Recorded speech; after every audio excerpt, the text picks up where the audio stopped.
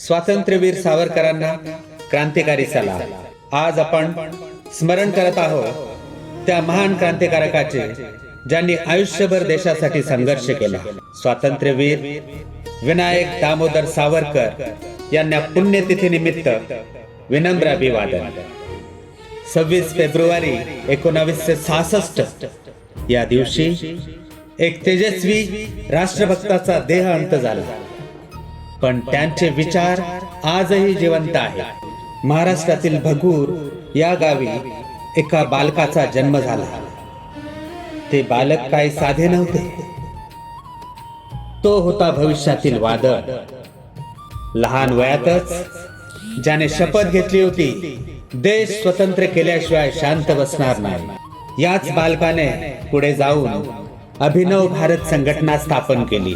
इंग्लंडमध्ये शिक्षण घेत असताना त्यांनी भारतातील क्रांतिकारकांशी संपर्क ठेवून शस्त्रांची व्यवस्था केली.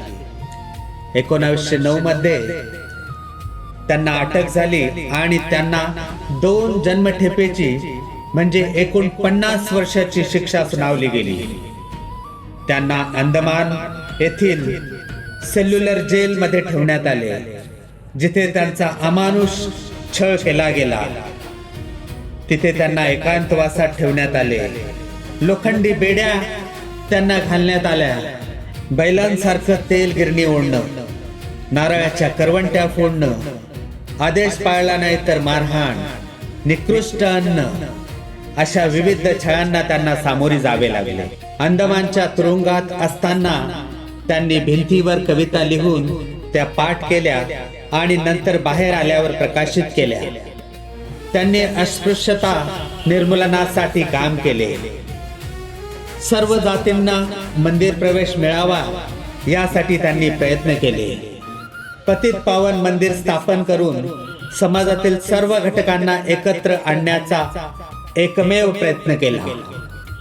विज्ञाननिष्ठ आणि तर्कशुद्ध विचारात त्यांनी लिहिलेला 1857 चे स्वातंत्र्य समर हा ग्रंथ अत्यंत महत्वाचा आहे. त्यांनी अनेक कविता, लेख आणि नाटके लिहिली.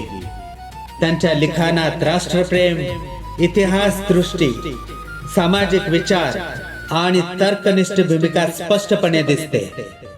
सावरकर पुढे ते हिंदू महासभेचे अध्यक्ष झाले आणि त्यांनी राजकीय नेतृत्व केले. त्यांनी भारताच्या संरक्षण आणि सैनिक शक्तीबाबत ठाम भूमिका घेतली. 26 फेब्रुवारी 1966 रोजी त्यांनी स्वेच्छेने अन्न जल त्याग करून देह ठेवला. त्यांच्या मते जीवनाचे उद्दिष्ट पूर्ण झाल्यावर शांतपणे देह त्याग करणे ही वैचारिक निवड होती. आज त्यांच्या स्मृतीपुढे नतमस्तक होत आपण ठरवूया, आपल्या कृतीतून राष्ट्राचा मान वाढवूया.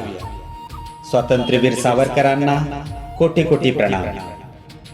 जय हिंद, जय महाराष्ट्र.